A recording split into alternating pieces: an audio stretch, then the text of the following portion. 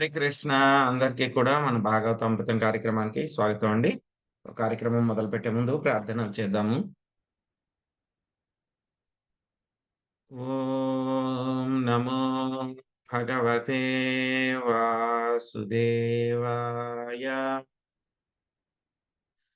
ఓం నమో భగవతే వాసుదేవాయ. ఓం నమో భగవతే వాసుదేవాయ.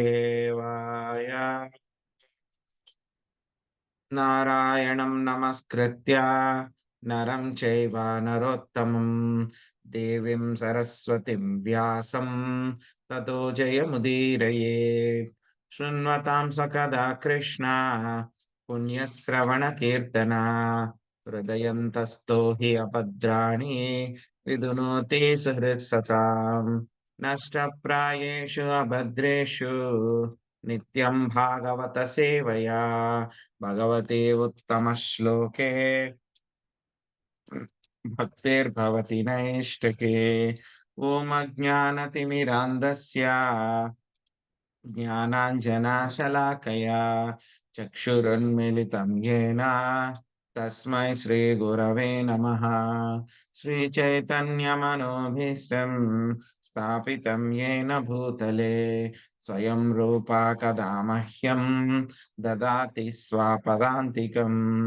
వందేహం శ్రీగురో శ్రీయుతాపదకమలం శ్రీగురున్ వైష్ణవాంశ శ్రీరూపం సాగ్రజాతం సహగణా రఘునాథాన్వితం తాం సజీవం సాద్వైతం సావధూతం పరిజనా సహితం కృష్ణ చైతన్య దేవం శ్రీరాధా కృష్ణ పాదాన్ సహగణా లలిత శ్రీ విశాఖాన్వితాంశ.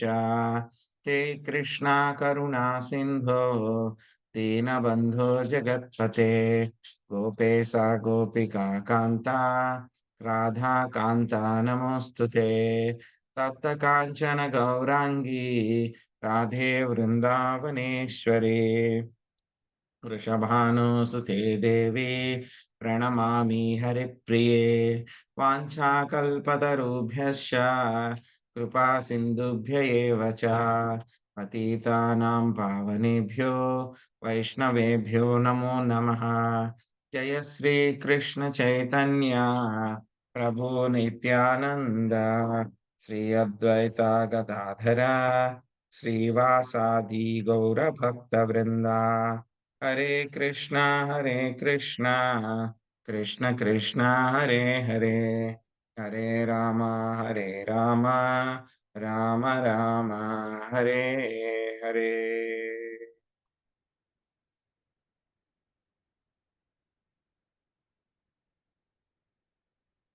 హరే కృష్ణ. ఈరోజు మనము కొత్త అధ్యాయం మొదలు పెట్టుకుంటున్నాము. ఐదవ స్కందము, ఫిఫ్త్ క్యాంటోలో మనము ఈరోజు 6వ అధ్యాయం మొదలు పెట్టుకోబోతున్నాము. సో ఈ యొక్క అధ్యాయం పేరు మనకి వృషభదేవుని కార్యకలాపాలు అనేటువంటి యొక్క అధ్యాయము. ఇక్కడ మనకి సమరీ కూడా ఎక్కువ ఇచ్చారు. సో జయలక్ష్మి మాతాజీ మీరు మొదటి పారాగ్రాఫ్ సమరీ చదవండి, తర్వాత శాంతి మాతాజీ మీరు రెండో పారాగ్రాఫ్ చదవండి. హరే కృష్ణ ప్రభుజీ, దండత్ ప్రణామాలు ప్రభుజీ. హరే కృష్ణ. వృషభదేవుడు 6వ అధ్యాయము వృషభదేవుని కార్యకలాపములు. వృషభదేవుడు ఏ రీతిగా దేహత్యాగమును చేస్తానేది విషయము ఈ అధ్యాయము తెలియజేయను. దావాగ్ని యందు తన దేహము దగ్ధమగునప్పుడు అతడు దాని ఎడ ఆసక్తిని చూపలేదు. జ్ఞానాగ్నిచే కామ్యకర్మ బీజము దగ్ధమైనప్పుడు ఆధ్యాత్మిక గుణములు యోగ సిద్ధులు అప్రయత్నముగానే ప్రకటితమగును. అయినాను భక్తి యోగము యోగ శక్తిచే ప్రభావితము కాదు. సామాన్య యోగి యోగ శక్తులచే మోహగ్రస్తుడగును. దానిచే అతని పురోగతి నిరోధింపబడును. కనుకనే పరిపూర్ణుడగు యోగి అట్టి శక్తులను దరిచేరనివ్వడు. మనసు చంచలమైనది, విశ్వసింపదగనది ఎగుటచే ఎల్లప్పుడూ దానిపై నియంత్రణము అవసరము. సౌభరి వంటి మహాయోగి కూడా మనసు సృష్టించిన కల్లోలములచే తన యోగ శక్తులన్నిటినీ కోల్పోయెను. అనగా చంచలమగు మనసు కారణమున మహాయోగి అయిన వాడు పతనము చెందగలడు. బహు చంచలమైన మనసు పూర్ణగు యోగిని కూడా ఇంద్రియాధీనుడగుటనట్లు చేయును. కనుకనే సమస్త యోగులకు ఉపదేశము నొసగు నిమిత్తము వృషభదేవుడు దేహత్యాగము విధానమును స్వయముగా ప్రదర్శించెను. దక్షిణ భారతదేశమునందలి కర్ణాటక, కొంక, వెంక, కుటక ప్రాంతములందు సంచరించుచు అతడు కుటకాల చల ప్రాంతమునకు చేరినప్పుడు అకస్మాత్తుగా దావాగ్ని చెలరేగెను. అతని దేహము దాని యందు దగ్ధమయ్యను. వృషభదేవుని పారమ రహస్యము లీలను కొంక, వెంక, కుటక దేశాధిపతి అయిన అర్హతుడు తెలుసుకొనగలిగెను. కానీ తదనంతరము కాలమున అతడు మాయావశక్తుడై అట్టి స్థితిలో జైన ధర్మము యొక్క మూల సిద్ధాంతములను ప్రసాదించను. వృషభదేవుడు భవబంధము విముక్తిని కలిగించేడి ధర్మముని ప్రతిపాదించి సమస్తమగు యజ్ఞము, దానము, తపస్సు, నాస్తిక కర్మలను నాస్తిక కర్మలను ఆపివేశాను. అవతారం ఎత్తి గోరినప్పుడు భగవానుడు భారత వర్షమునందు అవతరించుచు కనుక ఈ ప్రాంతము ధరిత్రిపై అత్యంత పుణ్యభూమి అయినది. హరే కృష్ణ ప్రభు. థ్యాంక్ యూ ప్రభు. హరే కృష్ణ. హరే కృష్ణ. నామమాత్ర యోగులు మిగుల అపేక్షించడి యోగ శక్తులను ఋషభదేవుడు తృణీకరించెను. భక్తి యోగము యొక్క చక్కదనమేమనగా దానిని ఆశ్రయించిన భక్తులు ఏనాడును నామమాత్రమకు యోగ సిద్ధి యందు అభిరుచిని కలిగి ఉండరు. యోగేశ్వరుడగు శ్రీకృష్ణుడు తన భక్తుని పక్షమున సమస్త యోగ సిద్ధులను ప్రదర్శించగలడు. అనగా భక్తి యోగమే యోగ శక్తుల కన్నను ఎక్కువ విలువైనది. తప్పు మార్గమును పట్టినప్పుడే భక్తులు మోక్షమును యోగ సిద్ధులను వాంఛించెదరు. అట్టి వారికి భగవానుడు కోరినదెల్లా ఒసిగినప్పటికీ భక్తియుత సేవ అనడి అతి ముఖ్యమైన కార్యము వారికి లభింపదు. మోక్షమును సిద్ధులను కోరని వారికే భక్తియుత సేవా భాగ్యము నిశ్చయముగా లభింపగలదు. హరి కృష్ణ. హరే కృష్ణ మాతాజీ. రాజుంవాచ ననూనం భగవ ఆత్మరామాణం యోగా సమీరిత జ్ఞానావభజిత కర్మ బీజానమైశ్వర్యాణి పునఃక్లేశదాని భవితుమర్హంతి యదృచ్ఛ యోపగతాని. శుభరత్నం మాతాజీ, మీరు ట్రాన్స్లేషన్ నేను చదువుతాను, మీరు భాష్యం చదవండి మాతాజీ. 1వ శ్లోకానికి భాష్యం చదవండి. పరీక్షిత్ మహారాజు సుఖదేవ గోస్వామిని ఇట్లు ప్రశ్నించెను. దేవా, పవిత్ర హృదయములకు భక్తి యోగాభ్యాసముచే జ్ఞాన ప్రాప్తి కలుగగలదు. కర్మాసక్తి పూర్తిగా భస్మీపటలము కాగలదు.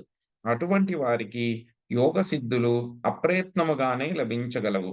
అవి వారికెట్టి క్లేశములను కలుగజేయవు. అయినచో వృషభదేవుడు వానినెందుకు ఉపేక్షించును? హరే కృష్ణ ప్రభుజీ, దండవత్ ప్రణామాలు. భాష్యంపై ప్రభువాదుల వారికి జై.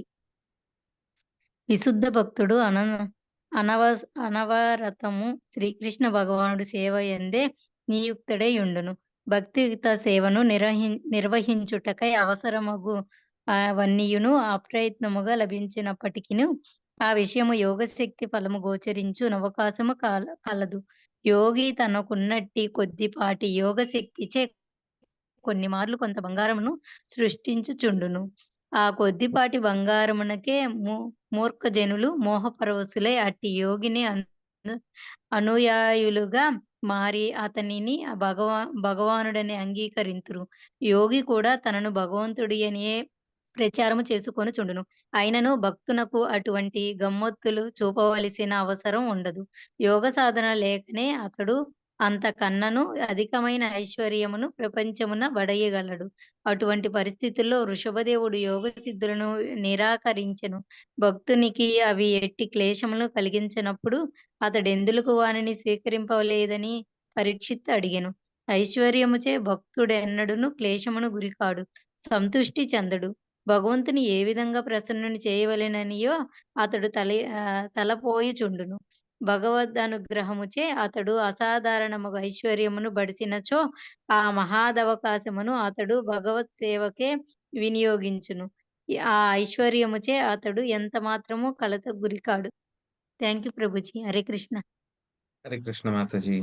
ఋషిరువాచ సత్యముక్తం కింత్విహ వాయేకేన మనసోద్ధా విశ్రంభా మనవస్థానస్య సఠకిరాత ఇవ సంయచ్చంతే. శ్రీల సుఖదేవ గోస్వామి ఇట్లు ప్రత్యుత్తరమిచ్చెను. రాజా, నీవు పలికినది సత్యమే. కాని జంతువులను బంధించియు కుటిలుడగు వ్యాధుడు వానిపై విశ్వాసం ఉంచడు. ఏలయనగా అవి పారిపోవు నవకాశం ఉన్నది. అట్లే ఆధ్యాత్మిక జీవనమునందు పురోగమించిన వారును మనస్సును విశ్వసింపరు. పైగా వారెల్ల వేళలా అప్రమత్తులుగా నుండి దాని చర్యలను గమనించుచుందురు. శాంతకుమారి మాతాజీ చదవండి. హరే కృష్ణ ప్రభుజీ, ప్రణామాలు.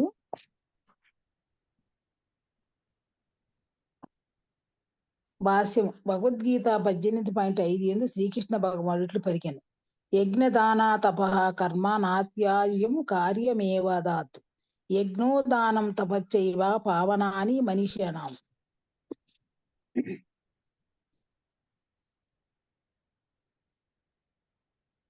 యజ్ఞము, దానము, తపస్సు అనేటి కర్మను ఎన్నడూ ధ్వజింపరాదు. వానిని తప్పక వనరింపవలను. వాస్తవనకు యజ్ఞదాన తపములు మహాత్ములను కూడా పవిత్రమవుతారు. భౌతిక జగత్తును పరిత్యజించి సన్యాసం స్వీకరించినప్పటికీ మనుజుడు హరే కృష్ణ మహామంత్ర జప నిడవరాదు. పరిత్యాగం అనగా అతడు సంకీర్తన యజ్ఞమును పరిధించవలనని కాదు. అదేవిధంగా మనుజుడు దానమును గాని తపస్సును గాని పరిత్యజించరాదు. మనోనిగ్రహము, ఇంద్రియ నిగ్రహం కొరక యోగమును తప్పక ఆచరించవలను. త్రిమగు తపస్సును ఏ విధంగా చేయవలనో చూసి వృషభదేవుడు ఇతరులకు ఆదర్శప్రాయుడే. హరే కృష్ణ ప్రభు. హరే కృష్ణ మాతాజీ, ప్రణామం. సో ఇక్కడ మనకి కొత్త అధ్యాయం మొదలు పెట్టుకున్నాము. ఈ యొక్క అధ్యాయంలో వృషభదేవుని యొక్క కార్యకలాపాలు అన్నమాట. సో మనం చూసాం ఇంతకు ముందు అధ్యాయంలో ఏ విధంగా వృషభదేవుడు తన యొక్క కుమారులకు అందరికీ కూడాను చక్కగా శిక్ష ఇచ్చారు. అదే విధంగా భరత మహారాజుని ఏం చేశారు, మొత్తం ప్రపంచానికి అంతటికీ కూడా రాజుని చేశారు. మిగతా 99 మంది కుమారులకు కూడా ఏం చెప్పారు, మీకు అందరినీ కూడా భరత మహారాజుకి సేవ చేయమని చెప్పారు. అంతా చెప్పి వాళ్ళందరికీ కూడా చెప్పేసిన తర్వాత ఏం చేశారు, మొత్తం ఆయన రాజ్యాన్ని అంతటిని కూడా వదిలిపెట్టి ఏమీ పట్టించుకోనటువంటి వ్యక్తి కింద మొత్తం ప్రపంచం అంతటా కూడా ఆయన తిరగడం మొదలు పెట్టారనమాట. సో ఇదంతా కూడా జరిగిన తర్వాత పరీక్షిత్ మహారాజుకి ఆశ్చర్యం కలిగిందనమాట. ఆశ్చర్యం కలిగింది. ఏంటి అని అంటే కనుక ఆయన ప్రపంచం అంతా కూడా తిరుగుతూ ఉన్నారు, ఏం పట్టించుకోవట్లేదు. ఒక పిచ్చివాడిలాగా ఆయన తిరుగుతూ ఉన్నారు బయటికి. కానీ లోపలంతా కూడా ఎలా ఉన్నారు, ఆయన నివురు గప్పిన నిప్పులాగా మొత్తం ఆయన చాలా ఆధ్యాత్మికంగా చాలా ఉన్నతమైనటువంటి స్థితిలో ఆయన ఉన్నారు. సో ఏం ప్రశ్న వేస్తున్నారు అని అంటే కనుక ఇక్కడ భక్తి యోగాభ్యాసంతో జ్ఞాన ప్రాప్తి కలగగలదు, కర్మాసక్తి పూర్తిగా భస్మీపటలము కాగలదు. అటువంటి వారికి యోగ సిద్ధులు అప్రయత్నముగానే లభించగలవు.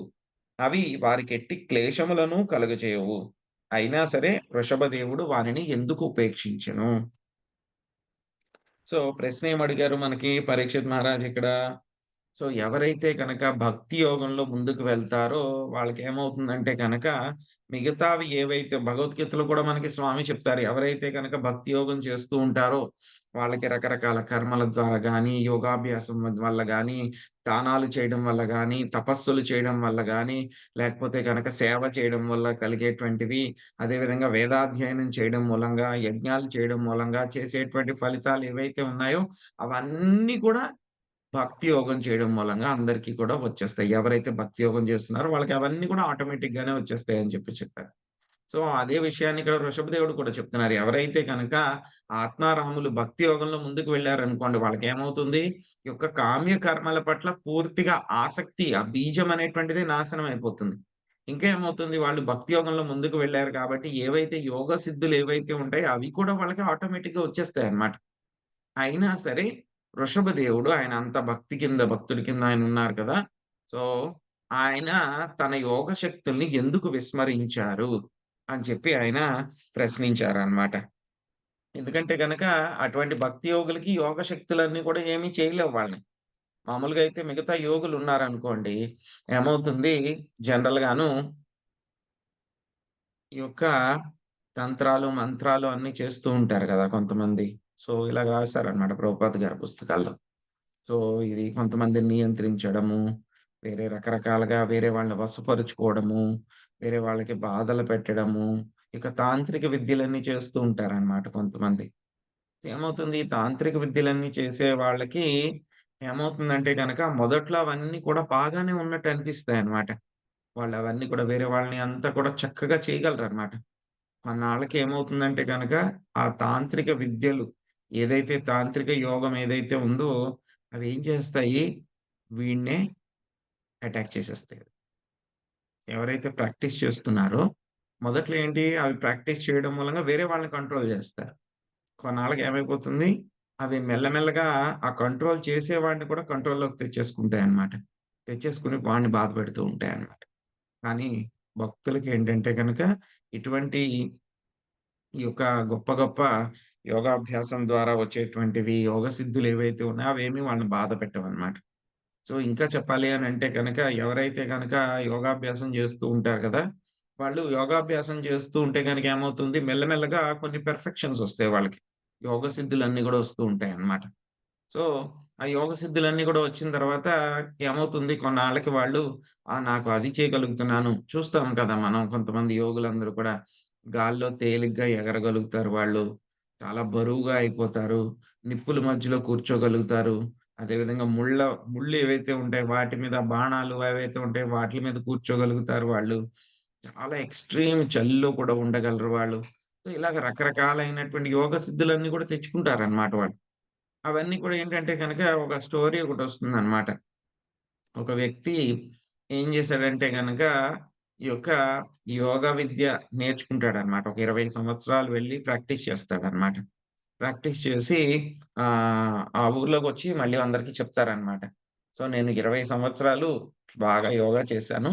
చూసాను నేను ఈరోజు ఒక మ్యాజిక్ చేస్తాను. మీరందరూ కూడా చూడండి అని చెప్పి మొత్తం ఊళ్ళో వాళ్ళందరికీ కూడా దండోరా వేస్తాడనమాట. వేసి అందరిని కూడా పిలిపిస్తాడనమాట. పిలిపించిన తర్వాత ఏమవుతుందంటే అందరూ వస్తారు. ఏదో యోగాభ్యాసం చేశాడండి. 20 సంవత్సరాల నుంచి నేర్చుకున్నాడంటే యోగా. ఏదో మ్యాజిక్ చేస్తానన్నారని అందరూ కూడా వస్తారనమాట. అందరూ వచ్చేసారా అని చెప్పి రెడీ చేసుకుంటారు. అందరూ వచ్చిన తర్వాత ఏం చేస్తాడంటే అతను ఇక వాళ్ళ ఊర్లో ఒక కాలవ ఉంటే గనక పెద్దది. నది లాంటిది ఒకటి ఉంటే గనక అందరిని అక్కడికి రమ్మంటాడు. అక్కడికొచ్చి ఏం చేస్తాడు, మెల్లగా నదిలోకి దిగి ఆ నీటి మీద నడుచుకొని వెళ్ళిపోతాడనమాట. నీటి మీద నడుచుకొని వెళ్ళిపోతారు. చూసావా? నేనెంత గొప్పగా చేయగలిగానో, నీటి మీద నడుచుకొని వెళ్ళిపోగలిగాను నేను అని చెప్పి చెప్తాడనమాట. చెప్తే గనక ఆ ఊళ్ళో ఒక పెద్దాయన ఉంటాడనమాట. ఆయనేమంటాడంటే గనక పక్కనే ఒక పడవ నడిపేవాడిని ఉంటే గనక, "ఒరేయ్! నన్ను కూడా నువ్వు ఇక్కడి నుంచి అక్కడికి తీసుకెళ్ళమంటారనమాట." సో, అలా అంటే గనక, "అయ్యో! పావలా ఖర్చవుతుంది" అని చెప్పి చెప్తాడనమాట. చెప్తే గనక పద కూర్చో అని చెప్పేసి ఆ యొక్క పడవ ఇటేపు నుంచి అటేపుకి ఒక పడవ బోట్ వేసుకొని దాటేస్తాడు ఆ నదంతా కూడా. దాటేసి దువ్వెడు దాటి అక్కడ ఎవరైతే యోగాభ్యాసం చేసుకున్నాడో అతనికి చెప్తాడనమాట. "చూసావా నువ్వు ఇంత కష్టపడి 20 సంవత్సరాలు నువ్వు ప్రాక్టీస్ చేసి నీటి మీద నడవడం నేర్చుకున్నావు నువ్వు. కానీ నేనేంటి వాడికి ఒక పావలా ఇస్తే గనక నాకు వాడు అటునుంచి ఇటు నన్ను ఆ యొక్క నదిని దాటించేసాడు నన్ను. అంటే నీ 20 సంవత్సరాల సమయాన్ని నువ్వు వృధా చేసుకున్నావు. ఒక పావలాతో సమానం నువ్వు చేసింది పని" అని జెప్పేసి చెప్పాడంట. ఊళ్ళో వాళ్ళందరూ కూడా అదే రియలైజ్ అయ్యారనమాట. సో, అలాగా మనం ఏదో గొప్ప గొప్ప యోగాభ్యాసాలు చేసేసి ఏదో గాలిలో తేలడము, ఇదే విధంగా ఏదో చిన్న చిన్నవి ఇలాంటియన్నీ కూడా నేర్చుకుంటే గనక ఏమీ లేదు. దానికేం వాల్యూ లేదు. దానికేమి వాల్యూ లేదు. ఇంకేమవుతుందంటే గనక అవి నేర్చుకున్న తర్వాత మళ్ళా మనకి గర్వం వచ్చేస్తుందనమాట. గర్వం వచ్చేసి మళ్ళీ ఇంక మనం యోగాభ్యాసంలో ముందుకు వెళ్ళకుండా ఆగిపోతాం. అదెలా అంటే గనక ఒక వ్యక్తి ఉన్నాడనుకోండి దారిలో నడుచుకుంటూ వెళ్తున్నాడు. వెళ్తూ ఉంటే గనక ఎళ్ళే దారిలో ఏమవుతుంది ముందుగా వాడికి బంగారం దొరుకుతుంది. సో, ముందుగా వాడికేం దొరుకుతుంది? చాలా మంచియి దొరుకుతాయన్నమాట. వెండి అవన్నీ వెండి వస్తువులన్నీ కూడా దొరుకుతాయి. బాగున్నాయి అని చెప్పి వాడు వెనక్కొచ్చేసాడనుకోండి. అంతే వాడిది అక్కడితో ఆగిపోతది. లేదు లేదు నాకింకా వెండి వద్దు. నాకింకా మంచియి కావాలనుకోండి. ఇంకా ముందుకు వెళ్ళాడనుకోండి. వాడికేమవుతుంది? బంగారం దొరుకుతుంది. బంగారం దొరికిన తర్వాత బాగుంది అని చెప్పి వెనక్కొచ్చేసాడనుకోండి. అంతే వాడు బంగారంతోనే వాడికయిపోయింది. ఇంకా ముందుకు వెళ్ళాడనుకోండి. వాడికేమవుతుంది ఇంకా వజ్రాలు అలాంటివన్నీ గూడా దొరుకుతూ ఉంటాయి. ఇంకా మంచి మంచి వజ్రాలన్నీ గూడా దొరుకుతూ ఉంటాయి. సో, అక్కడికి వెళ్ళిన తర్వాత కూడా వాడు నాకు చాలు అని చెప్పి సాటిస్ఫై అయ్యి వెనక్కొచ్చేసాడనుకోండి. అక్కడితో వాడికి ఆగిపోతుంది. సో, ఇంకా ముందుకు వెళ్తే గనక వాడికి అల్టిమేట్ విషయం దొరుకుతుంది. అలాగే ఈ యొక్క యోగాభ్యాసం చేసే వాళ్ళకేంటంటే గనక యోగాభ్యాసం చేస్తూ ఉంటే గనక కొన్ని కొన్ని యోగ సిద్ధులొస్తూ ఉంటాయన్నమాట. కానీ ఏమవుతుంది వాళ్ళు ఆ యోగ శక్తులు మనసేం చేస్తుంది, ఓహ్! నీకా పవరుంది గదా! దీన్ని వాడుకోవచ్చు కదా! నీకీ శక్తొచ్చింది గదా! దీన్ని వాడుకోవచ్చు కదా! ఈ శక్తొచ్చిన తర్వాత నువ్వు ఇంద్రియ భోగం చేయొచ్చు కదా! కొన్నాళ్ళు ఇంద్రియ భోగం చేసుకున్న తర్వాత కావాలంటే గనక మళ్ళీ ప్రాక్టీస్ చేసుకుంది గానీ, ఎంత కష్టపడతావు? ఎన్నాళ్ళు కష్టపడతావు? ఈ తపస్సులు ఇయన్నీను యోగాలు ఇవన్నీ కూడా తిండి తినకుండా ఎందుకు నువ్వు అనవసరం నీ జీవితం అని చెప్పి మనసేం జేస్తుంది వాళ్ళందరిని కూడా మోసం చేసేస్తుందనమాట. మోసం చేస్తుంది. సో, అలాంటి అవకాశం ఉందన్నమాట. తప్పకుండా అవుతుంది. అందుకే ఇక్కడ పరీక్షిత్ మహారాజ్ ఏం చెప్పారు అనంటే గనక ఎవరైతే ఆత్మారాములో అంటే గనక భక్తి యోగంలో చాలా ఉన్నతమైనటువంటి స్థాయికి వెళ్ళినటువంటి వాళ్ళు ఆత్మారాములు అంటారు. అంటే వాళ్ళంతట్లోనే వాళ్ళేం జేస్తారు ఆనందంగా ఉంటారు వాళ్ళు. ఎందుకంటే గనక భగవంతుని వాళ్ళు రియలైజ్ అవ్వగలుగుతారు కాబట్టి అన్నమాట. అటువంటి ఆత్మారాములకి కూడా అటువంటి స్థాయిలో ఉన్నటువంటి వృషభదేవుడు తన యొక్క అటువంటి వాళ్ళని యొక్క యోగా శక్తులు అవి కూడా ఏం చేయలేవన్నమాట. సో, అటువంటి వృషభదేవుడు కూడాను ఈ యొక్క యోగాభ్యాసం వల్ల వచ్చే యోగ శక్తులు ఏవైతే ఉన్నాయో వాటిని ఎందుకు ఆయన పట్టించుకోలేదు? ఎందుకలాగా తిరుగుతూ ఉన్నారు అని చెప్పి ఇక్కడ ప్రశ్నించారన్నమాట. దానికి మనకి ఆహ్, సుఖదేవ గోస్వామి చెప్పడం మొదలుపెట్టారన్నమాట. సో, ఎలా అంటే గనక మనస్సు గురించి చెప్తారన్నమాట. మనకి తర్వాత వచ్చేటువంటి ఈ యొక్క శ్లోకాల్లో అంతా కూడా మనస్సు గురించి అన్నమాట. సో, ఏ 5 శ్లోకం దాకా మనకి మనస్సు యొక్క నియంత్రణ, అవి ఈ యొక్క సెల్ఫ్ రియలైజేషన్ అన్నమాట. సో, మనం ఏదైతే ఆత్మ సాక్షాత్కారం కోసం ప్రయత్నిస్తున్నామో, అటువంటి వాళ్ళని మనస్సు ఏ విధంగా మోసం చేస్తుంది. హ్మ్. మనకు కూడా అప్లికబుల్ అన్నమాట అది. భక్తి యోగం చేసేటువంటి వాళ్ళం మనకు కూడా. సో, మనకు కూడా చెప్తుంది మనసు ఒక 2 రోజులు, 3 రోజులు మనం భక్తి చేసామనుకోండి మనకు చెప్తుంది. 3 రోజులు చేసావు గదా! ఒక్కరోజు రెస్ట్ తీసుకో. ప్రతిరోజు మంగళారతికి లేచిపోతున్నావు అనుకోండి చెప్తుంది. రోజు లేచిపోతున్నావు. వారం రోజుల నుంచి లేస్తున్నావు అన్నావు కదా! ఈరోజు ఆదివారం. ఒక్కరోజు రెస్ట్ తీసుకో. ఏముంది ఒక గంట తర్వాత లేచిపోయి చెయ్యి మిగతాయన్నీ కూడా అని మనకు చెప్తుంది. దానికి లొంగిపోయామా ఆ సైకిల్ బ్రేక్ అయిపోతుంది మనకి. మళ్ళీ దాన్ని నిలబెట్టుకోవడానికి మళ్ళీ వారం రోజులు కష్టపడాలి. మళ్ళీ ఆ టైం పికప్ చేసుకొని కరెక్ట్‌గా ఆ టైంకి. ఎందుకంటే గనక మళ్ళీ అది పోతుంది అది మళ్ళీ. ఒక స్వింగ్‌లో వెళ్తుంది మధ్యలో ఆపేస్తే గనక మళ్ళీ దాన్ని కంట్రోల్ చేసి మళ్ళీ ఆ స్థాయికి తీసుకురావడం కష్టం అన్నమాట. సో, అదే విషయం అన్నమాట. మనసు ఏ విధంగా జాగ్రత్తగా ఉండాలి మనం మనసుతోటి అనేటువంటి విషయాలు మనకి 2వ శ్లోకం నుంచి 5వ శ్లోకం దాకా చెప్తున్నారన్నమాట. ఆయన ఏం చెప్తున్నారు ఇక్కడ మనకి 2వ శ్లోకంలో అంటే గనక, మీరు పలికింది నిజమే. ఎవరైతే గనక భక్తి యోగంలో ముందుకు వెళ్లారో వాళ్ళకేమి చేయవు. ఇటువంటి యోగ సిద్ధులన్నీ కూడా ఏమి చేయవు. కానీ అక్కడ ప్రాబ్లమ్ యోగ సిద్ధులతో కాదు. అక్కడ ప్రాబ్లమ్ ఏంటి? మనస్సుతోటి ప్రాబ్లమ్ అక్కడ. సో, ఏం చేస్తాయి? ఇప్పుడు ఎవరైనా ఒక వేటగాడు ఉన్నాడనుకోండి. జంతువుల్ని ఏదో చిన్న చిన్నవి ఉంటాయి కదండీ! అన్నీ వాడు పట్టుకుంటాడు. ఏదో జింకలనో, లేకపోతే గనక కుందేల్లో ఇవన్నీ కూడా పట్టుకుంటాడు. ఒకసారి పట్టుకున్న తర్వాత వాడేమన్నా వాటిలిని ఊరికే వదిలేస్తాడా వాడు? వదిలేయడు. వాటిలిని పట్టేసుకున్నాను కదా నేను. ఒకసారి వాటిలి మీద నాకు కంట్రోల్ వచ్చింది కదా! అని చెప్పి వదిలేస్తాడా? వదిలేయడు. దాన్ని కట్టే ఉంచుతాడు వాడు. కాళ్ళు చేతులైనా కట్టేస్తాడు. లేకపోతే మెడకైనా వేసి ఏదో ఒకటి వేసి కట్టేసే ఉంచుతాడు వాడు. వదిలిపెట్టడు దాన్ని. ఎందుకంటే అది ఎప్పుడైనా సరే పారిపోవడానికి అవకాశం ఉంది. సో, అలాగే ఏ విధంగా అయితే వాడేమన్నా నమ్మకం ఉంచుతాడా ఆ జంతువు మీద?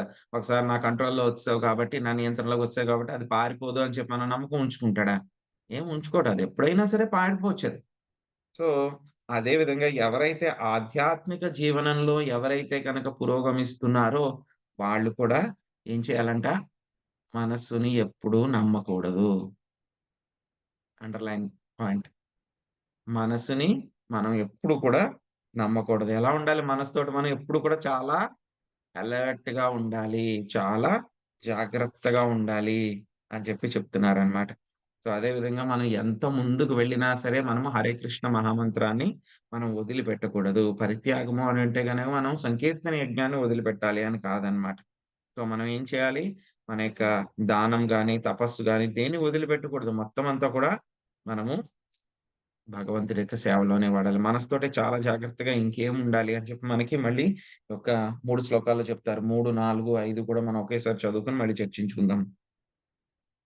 తదా చోక్తం న కుర్యాత్ న కుర్యాత్కర్హచిత్ సఖ్యం మనసి హ్యనవస్థితే యద్విశ్రమాంభచిత్తారాచిర్ణం చస్కందాతపమైశ్వరం. పండితులు ఇట్లు పలికి ఉండిరి. స్వభావరీత్యా మనసు అతి చంచలమైనది. దానితో ఎవ్వరునూ చెలిమి చేయరాదు. మనస్సునందు పూర్తి విశ్వాసం ఉంచినచో అది ఏ క్షణమైనను మోసగింపగలదు. శివుని అంతటి వాడే శ్రీకృష్ణుని మోహిని రూపమును గాంచి కలతకు గురి అయ్యాను. సౌభార్యముని కూడా పరిపూర్ణ యోగ స్థితి నుండి పతనము చెందెను. శశికళ మాతాజీ మీరు చదవండి శ్లోకం భాష్యము. హరే కృష్ణ ప్రభుజీ, ప్రణామాలు. భాష్యం జయశీల ప్రపాదులు వారికి జై. ఆధ్యాత్మిక జీవన పురోగతికై యత్నించు వాని మొట్టమొదటి కార్యము మనస్సును ఇంద్రియములను నిగ్రహించుటయే. దీని సంబంధమున శ్రీకృష్ణ భగవానుడు భగవద్గీత 15.7 ఎందు ఇట్లు పలికెను. మమైవాంసో జీవలోకే జీవభూత సనాతన మనస్సష్టాని ఇంద్రియాని ప్రకృతిస్థాని కష్ట. జీవులు భగవద్దంశైనందున దివ్య స్థితి ఎందు ఉన్నవారైనప్పటికీ మనో ఇంద్రియముల కారణమున ఈ భౌతిక జగత్తునందు క్లేశములకు గురి అయి జీవన సంఘర్షణకు లోనగుచున్నారు. ఈ పూర్వకమగు జీవన సంఘర్షణ నుండి బయటపడి సుఖవంతుడగుటకై మనుజుడు మనస్సును ఇంద్రియములను నిగ్రహించి భౌతిక పరిస్థితుల యందు అనాసక్తుడు కావాలని తపస్సును ఉపేక్షింపక ఎల్లప్పుడూ నిష్ఠగా దాన్ని వనరించవలెను. దానిని ఏ విధంగా వనరించవలెనో వృషభదేవుడు స్వయంగా ఆచరించి మనకు చూపాను. శ్రీమద్ భాగవతం నందలి 9వ స్కందమున 9.19.17 ఈ కింది విషయము ప్రత్యేకంగా చెప్పబడినది. మాత్ర స్వస్త్ర దుహిరిత వానా వివిక్తాసనో భవే బలవానింద్రియాగ్రామో విద్వాంసమపి కర్షతి. గృహస్థుడు, వానప్రస్థుడు, సన్యాసి, బ్రహ్మచారి స్త్రీ సాంగత్య విషయంన అప్రమత్తులై ఉండవలేను. తల్లి, సోదరి, కూతురుతోనైనను ఏకాంత వాసము నిషేధింపబడినది. కృష్ణ చైతన్యోద్యమ కార్యక్రమం నందు స్త్రీలకు దూరంగా నుండుట అనగా ముఖ్యంగా పాశ్చాత్దేశములందు మిగుల కష్టతరమైనది. అందులకై మేము కొన్ని మార్లు విమర్శలకు కూడా గురి అవుతుంది. అయినను ఎల్లరకు హరే కృష్ణ మహామంత్రమును జపించే అవకాశమునిచ్చి ఆధ్యాత్మికముగా పురోగమించినట్లు చేయుటకు మేము యత్నించుచున్నాము. అపరాధరహితంగా హరే కృష్ణ మహామంత్రమును జపించే నియమంని అంటిపెట్టుకొనినచో శ్రీల హరిదాస ఠాకూర్ అనుగ్రహం చే మనము శ్రీ మోహము నుండి బయటపడగలం. కానీ హరే కృష్ణ మహామంత్ర జపమునందు నిష్ఠాపూర్ణములు కానిచో ఏ క్షణమైనను శ్రీ ఆకర్షణ బలికాక తప్పదు. హరే కృష్ణ ప్రభుజీ, ధన్యవాదాలు. హరే కృష్ణ మాతాజీ. నిత్యం దదాతి కామస్య ఛిద్రం తమను ఏరయా యోగినా కృతమైత్రస్య పత్యుర్జాయేవ పుంశ్చలే. దుష్టవర్తనురాలగు స్త్రీ సులభముగా చారులకు లోబడును. వారు ఆమె భర్తను దారుణముగా చంపుట కూడా కొన్ని మార్లు జరుగుచుండును. అట్లే యోగి తన మనస్సుకు అవకాశం ఇచ్చి దానిని నియంత్రించనిచో అది కామము, క్రోధము, లోభము వంటి శత్రువులకు అవకాశమిచ్చును. వారు నిస్సందేహముగా యోగిని చంపి తీరుదురు. మహాలక్ష్మి మాతాజీ చదవండి.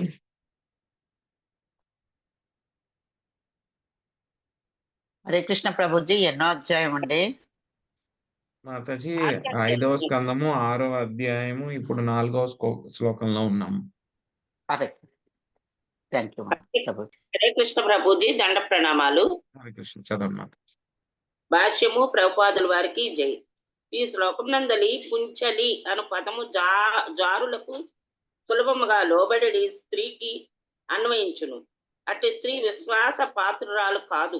దురదృష్టావశత్తు నేటి కాలమున స్త్రీలకు నియంత్రణము లేదు. శాస్త్ర నిర్దేశానుసారము స్త్రీలకు ఏనాడును స్వాతంత్ర్యము వసగరాదు.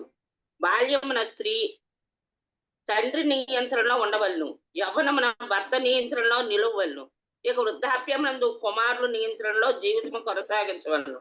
కానీ ఆమెకు స్వేచ్ఛనిచ్చి పురుషులతో విచ్చలవిడిగా కలియుటకు అనుమతించినచో నిక్కముగా భ్రష్టురాలు కాగలదు.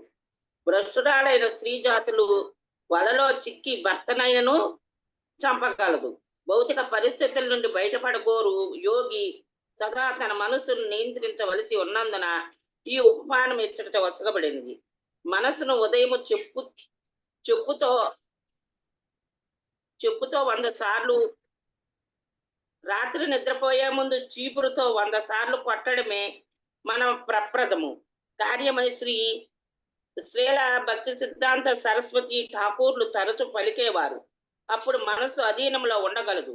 నియంత్రణ లేని మనస్సు దురదృష్టవత్తురాలు భార్య రెండును ఒకటే. జారినీయకు భార్య తన భర్తను ఏ విధంగా క్షణమైనను చంపగలదు. అట్లే నియంత్రణ లేనట్టు మనసు దాన్ని అనుసరించడి కామము, క్రోధము, లోభము, మదము, ఈర్ష్య, మోహము నిక్కముగా యోగిని పరిమార్చగలవు. మనస్సుకు లోబడినప్పుడు యోగి పతనము చెందును. కనుక జారినీయకు భార్య పట్ల భర్త సావధానుడై ఉండవలసి వచ్చు లాగును ప్రతి ఒక్కరూ మనస్సు విషయమున సావధానులై ఉండవలెను. హరే కృష్ణ ప్రభుజీ, దండ ప్రణామాలు. హరే కృష్ణ మాతాజీ. కామో మన్యుర్మదో లోభ శోకమోహ భయాదయః కర్మ బంధశ్చ యన్మూల స్వీకుర్యాత్ కోను తద్భుతః. కామము, క్రోధము, మదము, లోభము, శోకము, మోహము, భయములకు మనస్సే మూల కారణము. ఇవన్నీను కలిసి కర్మ బంధమును కలిగించును.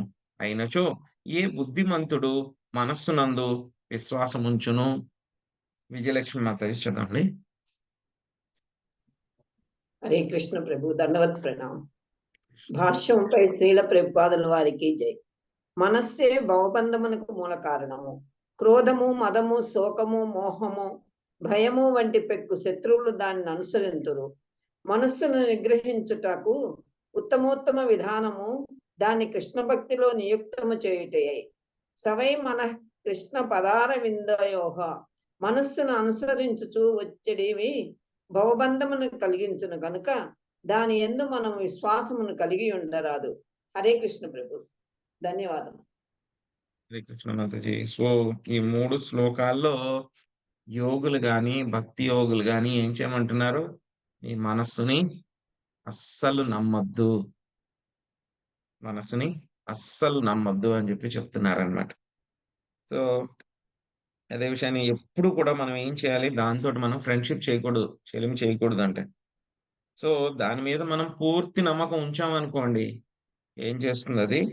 ఎప్పుడైనా సరే మనల్ని మోసగించేస్తుంది. సో ఆ మనసుని నమ్ముకుంటే కనుక ఏమవుతుంది? సోబారి ముని ఏం జరిగింది మనందరికీ కూడా తెలుసు. ఆయన ఏం చేశారు? ఇవన్నీ కూడా ప్రపంచంలో ఉన్నవన్నీ కూడా చూడకూడదు, మాయలో పడకూడదు, మంచిగా యోగాభ్యాసం చేయాలి అని చెప్పేసి నీటి కిందకి వెళ్ళిపోయి ఆ నీటి అడుగులో ఆయన కూర్చుని ఏం చేశారు? ఆయన తపస్సు చేసుకుంటున్నారు, నీటిలో తపస్సు చేసుకుంటున్నారు. మనుషులు ఇవన్నీ కూడా బంధాలు, ఇవన్నీ దూరంగా ఉండాలి.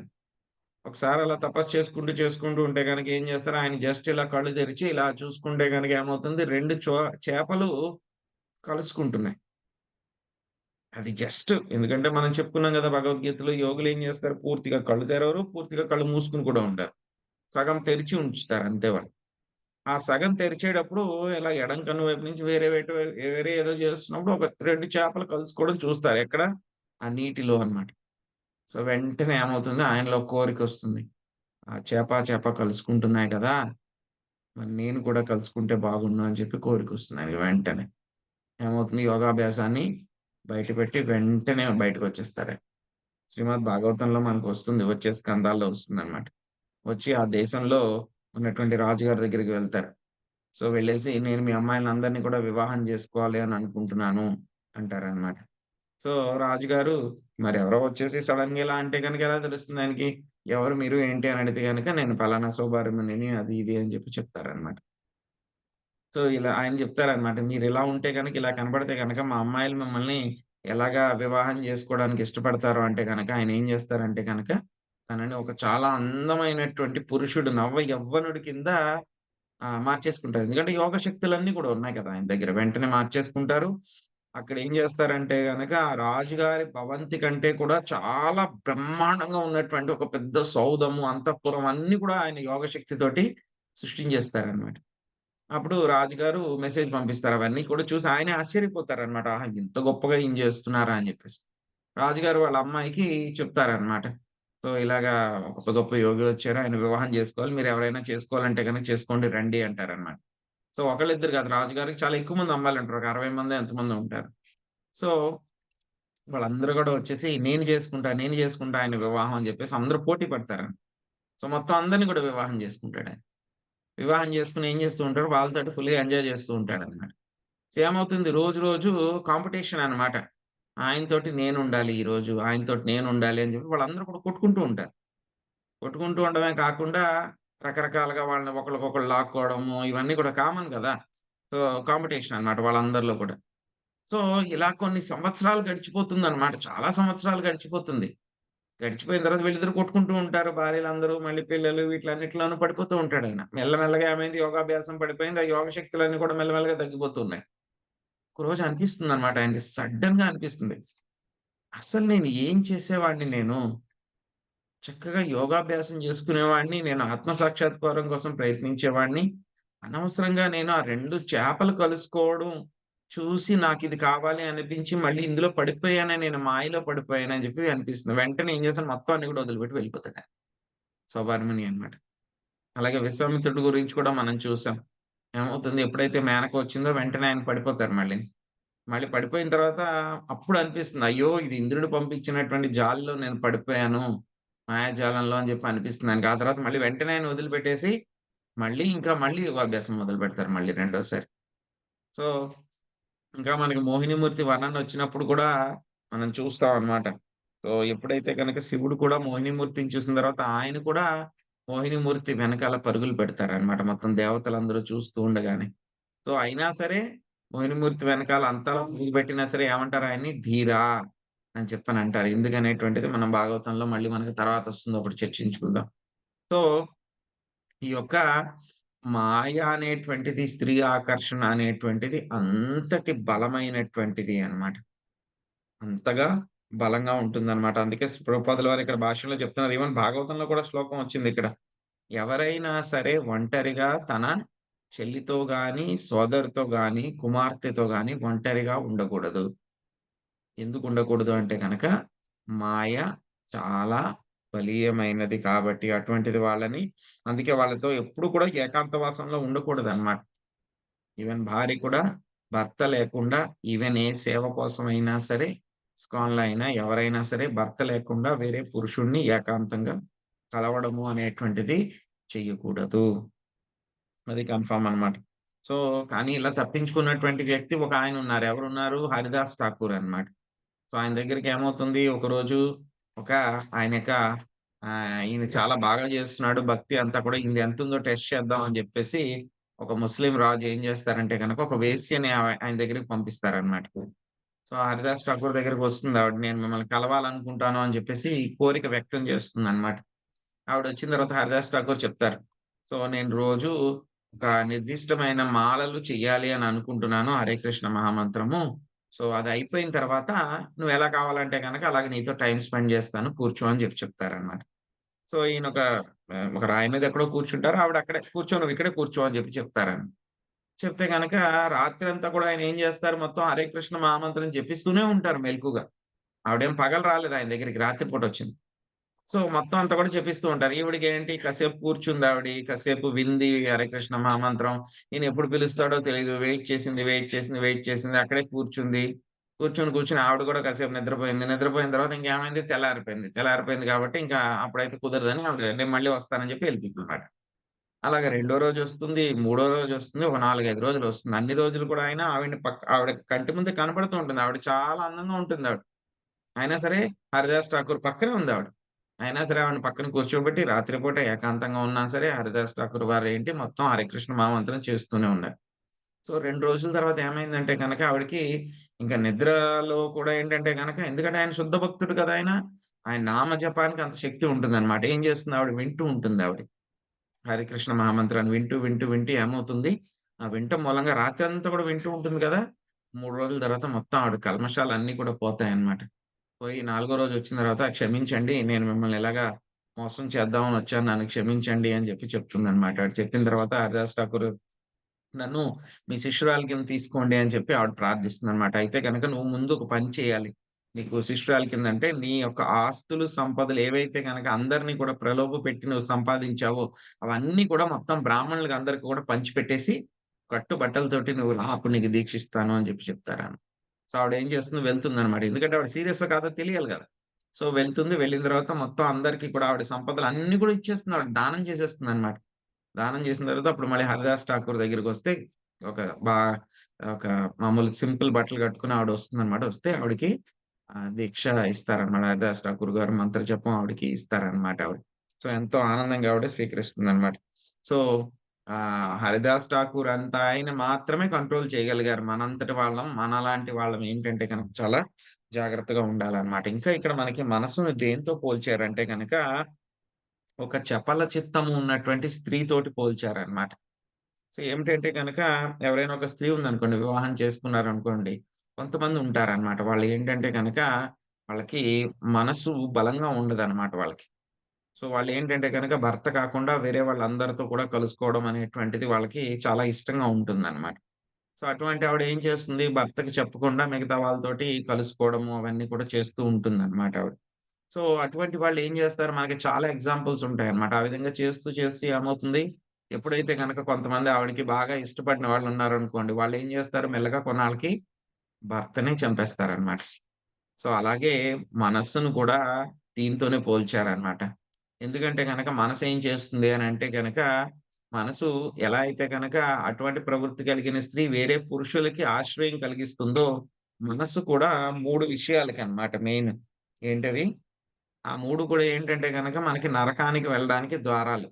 భగవద్గీతలో మనకు చెప్పారు. ఎవరికైనా గుర్తున్నాయండి నరకానికి వెళ్ళడానికి 3 గేట్లు?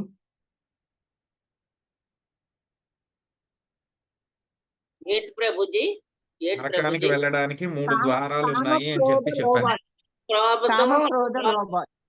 హ్మ్. స్త్రీ కామము, సాంగత్యం. క్రోధము, లోభము. ఈ 3 కూడా నరకానికి వెళ్ళడానికి ద్వారాలన్నమాట. సో ఏం చేస్తుంది, మనసు ఏం చేస్తుంది అంటే గనక వీళ్ళ ముగ్గురిని కూడా పిలుస్తుంది ఫస్ట్. పిలిచి ఏం చేస్తుంది, ఆశ్రయం ఇస్తుందన్నమాట. కామము, క్రోధము, లోభము. సో అవేం చేస్తాయి, ఎలా అయితే గనక ఆవిడకి ఆవిడ ఎవరినైతే గనక అటువంటి విటుల్ని ఎవరినైతే పిలిచిందో వాళ్ళేం చేస్తారు, ఒక్కోసారి భర్తనే చంపేస్తారు. అలాగే ఈ కామము, క్రోధము, ఎక్కువ లోభము కూడా ఏం చేస్తాయి, ఒక్కోసారి యోగిని వశపరుచుకొని యోగి యొక్క జీవితాన్ని నాశనం చేసేస్తాయన్నమాట. సో కాబట్టి ఇక మనసుతోటి చాలా జాగ్రత్తగా ఉండాలన్నమాట. ఇంకేం చెప్తున్నారు, మన యొక్క కర్మ బంధనానికి అదే విధంగా కామం, క్రోధం, లోభము, శోకం, మోహం, భయం వీటిలన్నిటికీ కూడా మనసే కారణం. కాబట్టి ఏం చేయమంటున్నారు, తెలివైనటువంటి వాడు ఎవరైనా సరే మనసు మీద నమ్మకం ఉంచుతాడా అని చెప్పి ప్రశ్నిస్తున్నారన్నమాట. తర్వాత మనకి 6వ శ్లోకం నుంచి 8వ శ్లోకం వరకు కూడాను వృషభదేవుడు ఏ విధముగా ఆయన అంతర్ధానమయ్యారు, ఆయన అవతారాన్ని ఏ విధంగా చాలించారు అనేటువంటి విషయం మనకి 6, 7, 8 శ్లోకాల్లో వస్తుందన్నమాట. అథైవమఖిలలో మఖిల లోకపాలలామోపి విలక్షణైర్జడవ ధూతవేష భాషాచరితై రవి లక్షిత భగవత్ ప్రభావో యోగినాం సాంపరాయణి విధి మను శిక్షయన్ స్వకళేవరం జిహసురాత్మాన్యాత్మాన మసంవ్యవహిత మనర్ధాంతర భావేనాన్వీక్షమాణ ఉపరతాను వృత్తి రూప రామ.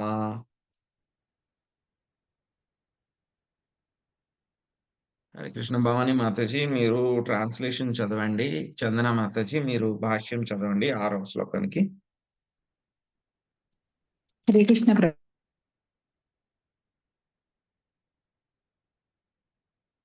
చదవండి మాతాజీ. వృషభదేవుడు ఈ విశ్వనందలి సమస్త రాజులకు చక్రవర్తులకు ప్రభువైనప్పటికీ అవధూత వేషభాషలను స్వీకరించి మందుని వలె బొద్దుని వలె వర్తించను. తత్ఫలితంగా ఎవరునూ అతని దివ్య విభూతిని గుర్తింపజాలకపోయిరి. ఏ విధముగా దేహత్యాగం చేయవలెనో యోగులకు బోధించుటకే అతడు అట్టి ప్రవర్తన చేపట్టెను. అయినను వాసుదేవుని శ్రీకృష్ణుడు అంశగా అతడు తన మూల స్థితి అందే నిలిచి ఉండేను. ఆ స్థితి అందే నిలిచి అతడు ఈ భౌతిక జగత్తులో తన లీలలను పరిసమాప్తి కావించెను. వృషభదేవుని అనుసరించుచు ఎవడేని తన సూక్ష్మ శరీరమును విడిచినచో తిరిగి భౌతిక దేహంను గ్రహింపడు. హరే కృష్ణ ప్రభుజీ. Thank you Prabhuji. హరే కృష్ణ ప్రభుజీ. దండవత్ ప్రణామాలు. శ్రీల ప్రభుపాదుల వారి భాషను శ్రీల ప్రభుపాదుల వారికి జై. భగవద్గీత 4.9 శ్రీకృష్ణ భగవాను ఇటు పలుకును.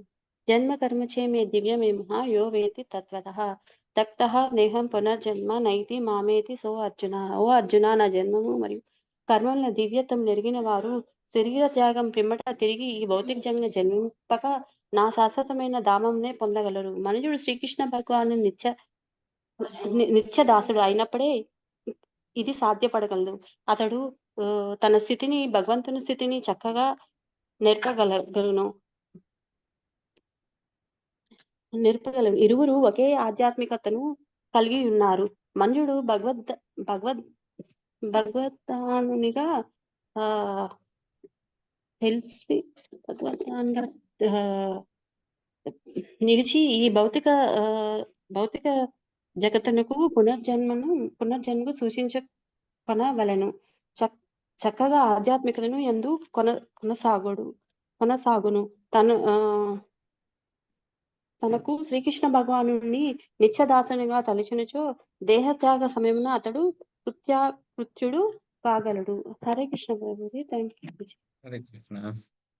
తస్య హవా ఏవం ముక్తలింగస్య భగవత ఋషభస్య యోగమాయ వాసనయ దేహ ఇమాం జగతిమాభిమాన భాసేన సంక్రమమాణ కోంకా వెంక కుటకాన్ దక్షిణ కర్ణాటకాన్ దేశాన్ యదృచ్ఛయోపా గతః కుటకాచలో పవన ఆస్య కృతాస్మా కవల ఉన్మాద ఇవ ముక్త మూర్ధా జో సంవీత ఏవ విచచార.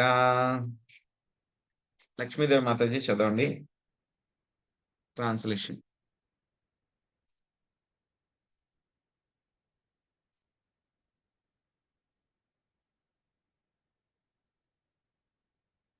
హరే కృష్ణ ప్రభుజీ. దండవత్ ప్రణామాలు. వాస్తవమునకు వృషభదేవుడు భౌతిక దేహ రహితును యోగమాయ వలన తన దేహమును భౌతికమని భావించెను. ఆ ప్రకారము సామాన్య మానవునిగా వర్తించినందున అతడు అట్టి భావనను విడనాడి ప్రపంచమంతటను పర్యటించసాగెను. ఆ రీతిగా చరించుతూ అతడు దక్షిణ భారతమునందలి కర్ణాటక ప్రాంతమునకు వచ్చి కోంక వేంక కుటక దేశములందు తిరిగాను. ఆ మార్గంన చరించవలనడు యోచన లేనప్పటికీ అతడు కుటకాచల ప్రాంతమున చేరి చెంతనున్న ఒక అరణ్యమున ప్రవేశించెను. నోటిలో రాతి ముక్కలను పెట్టుకొని పిచ్చివాని వలె నగ్నముగను చింపిరి జుట్టుతోనూ అతడు చరింపదొడిగాను. హరే కృష్ణ ప్రభుజీ. ధన్యవాదాలు ప్రభు. హరే కృష్ణ. హత సమీర వేగ విధూత వేణు వికర్షణ జాతోగ్ర దావానల స్త్వద్ద నమ లేలేహిన సహతేన దదాహ. అతడు ఆ రీతి.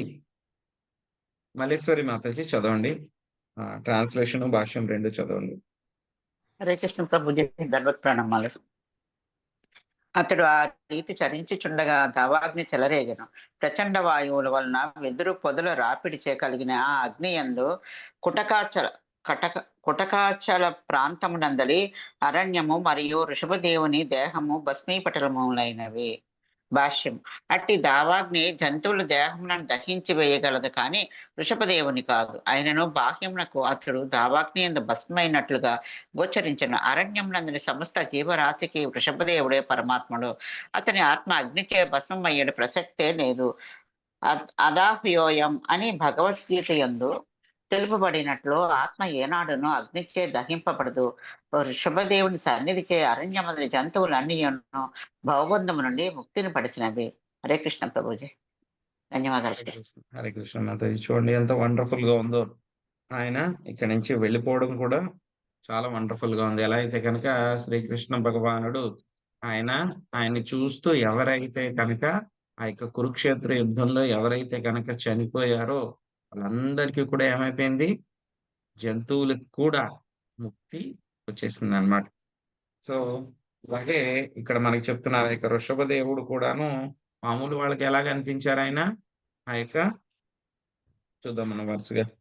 ఏమవుతుంది, ఇలాగ వృషభదేవుడు ఆయన తిరుగుతూ ఉన్నారనమాట. తిరుగుతూ ఉన్నారనమాట. సో అలా తిరుగుతూ ఆయన కొంక వెంక దక్షిణ కర్ణాటక ప్రాంతంలోకి ఆయన వెళ్ళారనమాట. దక్షిణ కర్ణాటక అక్కడికి వెళ్ళిన తర్వాత ఈ యొక్క రాజ్యాల్లో ఆయన తిరుగుతూ ఉన్నారు. ఎలా తిరుగుతున్నారు, ఆయన పిచ్చివాళ్ళ కింద ఏమీ తెలియనట్టు అలాగా చింపిరి జుట్టు వేసుకుని బట్టలు వేసుకోకుండా అలాగా తిరుగుతూ ఉన్నారనమాట, ఏమీ లేదు అన్నట్టు అనమాట. ఎందుకు అలా చేశారు అంటే కనుక యోగులు ఏ విధంగా శరీరాన్ని వదిలిపెట్టాలి అనేటువంటి విషయము అందరికీ కూడా చెప్పడం కోసం ఆయన ఆ విధంగా ప్రవర్తించారనమాట.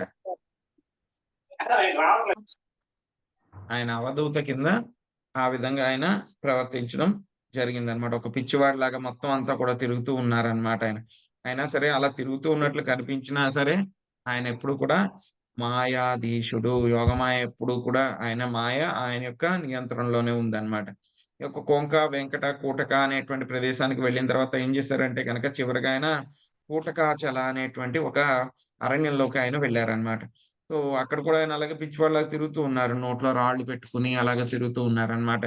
తిరుగుతూ ఉంటే కనుక ఏమవుతుంది, అరణ్యంలో ఒకసారి ఏమవుతుంది, ఈ యొక్క దావాగ్ని అనమాట, ఫారెస్ట్ ఫైర్ అనమాట. ఒకసారి జరుగుతూ ఉంటే రెండు వెదురు బొంగులు ఏమవుతుంది ఇలాగ రాపిడికి దానివల్ల ఏమవుతుంది, అగ్ని రాజేసుకుంటుంది అనమాట. అక్కడే ఉండి ఎండుగడ్డి వేడి మీద పడి అనుకోండి, నిప్పుర వల్ల ఏమవుతుంది, మెల్లగా స్లోగా స్టార్ట్ అవుతుంది. అది ఏమవుతుంది, చాలా పెద్దగా అయిపోతుంది అనమాట. దాన్ని నియంత్రించడం చాలా కష్టం అనమాట. ఇండియాలో మనకు అంత ఎక్స్పీరియన్స్ ఉండదు కానీ వేరే ఫారిన్ కంట్రీస్ లో అయితే కనుక ఒక్కొక్కసారి ఫారెస్ట్ ఫైర్లు స్టార్ట్ అయితే కనుక అవి ఆపడం చాలా చాలా కష్టం అనమాట. చాలా కష్టం అనమాట. ఆపాలి అని అంటే కనుక ఏమవుతుంది, ఒకే ఒకటి రావాలి, ఏంటి, వర్షం రావాలి.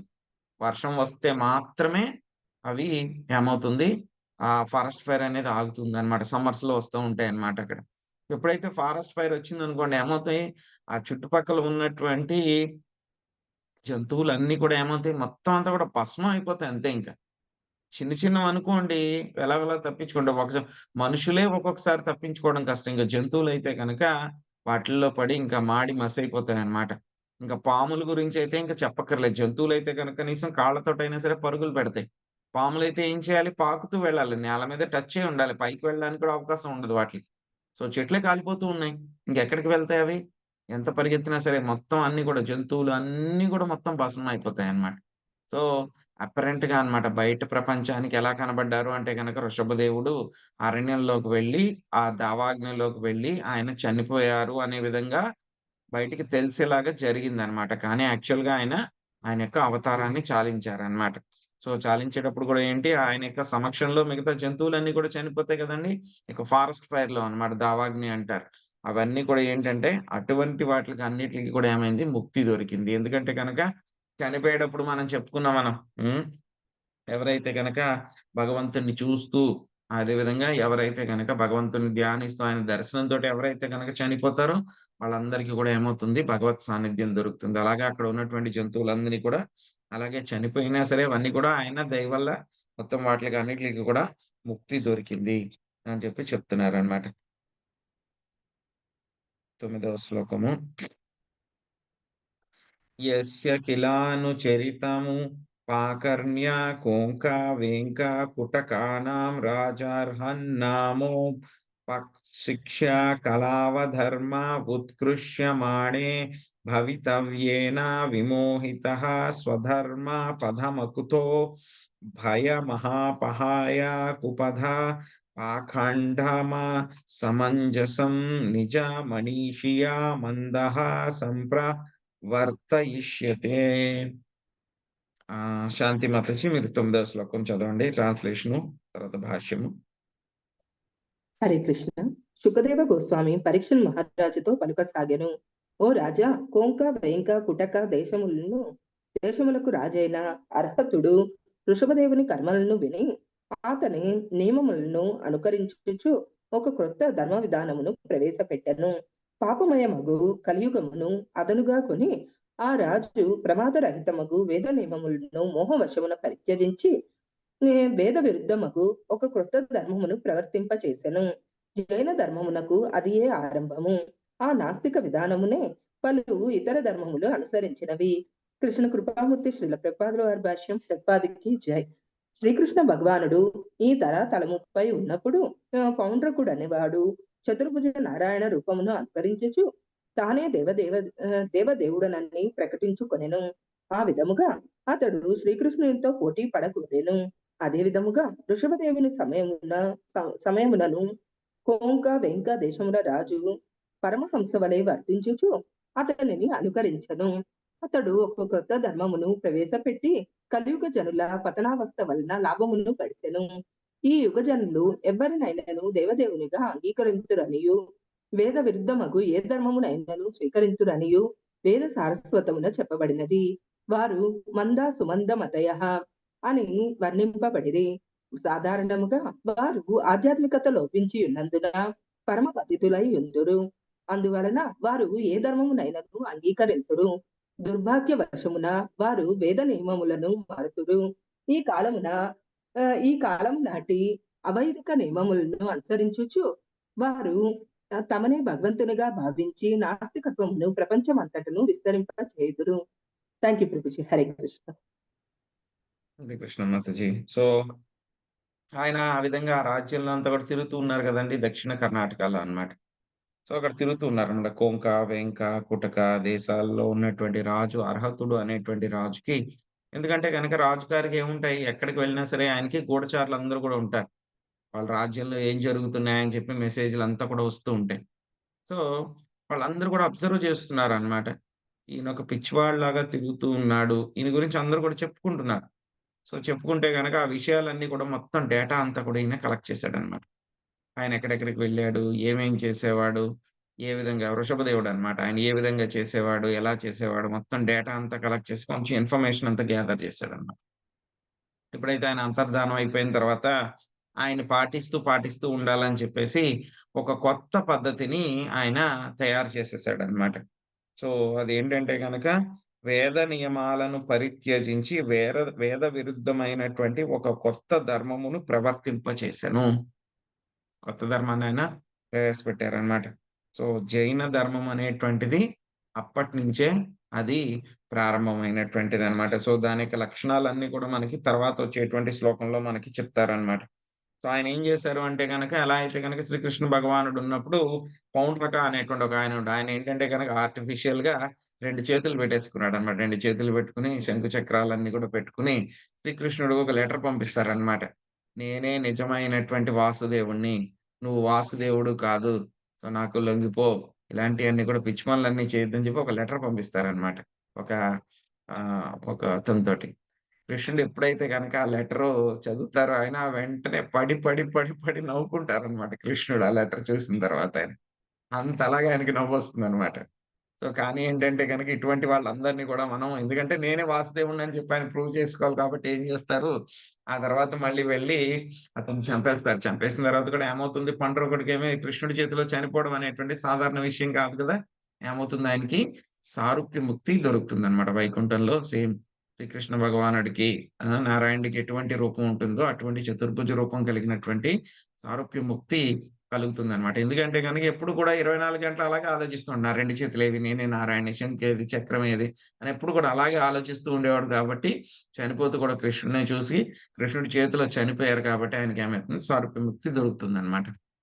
అదే విధంగా గొప్ప గొప్ప మహాత్ములందరినీ కూడా అనుకరించేటువంటి వాళ్ళు చాలా మంది ఉంటారు. అందుకే ఈ అర్హతుడు కూడా ఏం చేశారంటే గనక వృషభదేవుడు పెట్టినటువంటి హై స్టాండర్డ్స్ ఏవైతే ఉన్నాయో వాటిలన్నిటిని కూడా కాకుండా ఆయనేంటి లోపల బయటికి అవధూత కింద కనిపించినా సరే లోపలంతా కూడా ఆయన ఏం చేశారు భక్తి గురించి చెప్పారు. ఆయన కుమారులకంతా కూడా ఏం చెప్పారు మనం చూసాం. భక్తి యోగం చేసుకోండి, భక్తి చేసుకొని మీరు భగవంతుడికి వెళ్ళండి. మనిషి జన్మ అనేటువంటిది చాలా కష్టము. ఆ టీచింగ్స్ అంతా కూడా ఆయన చాలా చక్కగా చెప్పారు. మనం ఇంతకు ముందు అధ్యాయంలో చూసాం మనం. కానీ ఏమవుతుంది, ఆ బయటికి కనబడేటువంటి దాన్ని వీళ్ళు తీసుకున్నారన్నమాట. తీసుకొని ఏం చేశారు, ఈయన ఒక రూల్స్, రెగ్యులేషన్స్ అన్నీ కూడా రాసి ఒక కొత్త ధర్మాన్ని ఈయన మొదలుపెట్టేసారన్నమాట. దాన్ని స్టార్ట్ చేసేసారన్నమాట. ఆ ధర్మం ఏంటి అంటే కనుక వేదాలకి, వేద నియమాలకి విరుద్ధంగా ఉందన్నమాట. అది మాయామోహవహితుడై ఏమయ్యారు, కలియుగంలో ఏం చేస్తూ ఉంటారు అందరూ కూడా ఎవరు పడితే వాళ్ళని భగవంతులకి ఇంతకు ముందు శ్లోకంలో కూడా చూసాం. ఎవరైనా సరే ఒక యోగి చిన్న బంగారం ముద్ద ఏమన్నా సృష్టించాడు, చిన్న బంగారం ముక్క ఇచ్చారు, లేకపోతే ఒక విభూది తయారు చేసి ఇచ్చారు, లేకపోతే మాకు ఆశీర్వాదం ఇచ్చారు, మాకు నిద్దట్లో అలా చేశారు, ఇలా చేశారు అని చెప్పి చిన్న చిన్న విషయాలకే ఏమవుతారు, అందరిని కూడా భగవంతుడి కింద అందరూ కూడా యాక్సెప్ట్ చేసేస్తున్నారన్నమాట. సో కలియుగంలో ఆ విధంగా జరుగుతుందని చెప్పి ముందే చెప్పారు. మంద సుమంద మతయో మంద భాగ్యో ఉపాహృత అని చెప్పి చెప్పారన్నమాట. సో కాబట్టి ఈ అర్హతుడు కూడా ఏంటంటే గనక ప్రజలను మోసం చేయడానికి ఒక కొత్త విధానాన్ని మొదలుపెట్టారన్నమాట. ఆయన చూసుకొని ఇంకా చాలా చాలా నాస్తిక విధానాలన్నీ కూడా ఆ తర్వాత ఇంకా చాలా వచ్చినాయన్నమాట. సో జైన ధర్మం అనేటువంటిది ఈ విధంగా వృషభదేవుడిని చూసి ఆయన అనుకరించాలి అని చెప్పి ప్రయత్నించి ఈ విధంగా చేశారన్నమాట. ఆ ధర్మం గురించి అంతా కూడా మనకి తర్వాత వస్తుందన్నమాట. సో మనం తర్వాత కంటిన్యూ చేద్దామండి మన యొక్క స్టడీ. హరే కృష్ణ. ఎవరికైనా ఏమైనా ప్రశ్నలు ఉన్నాయా?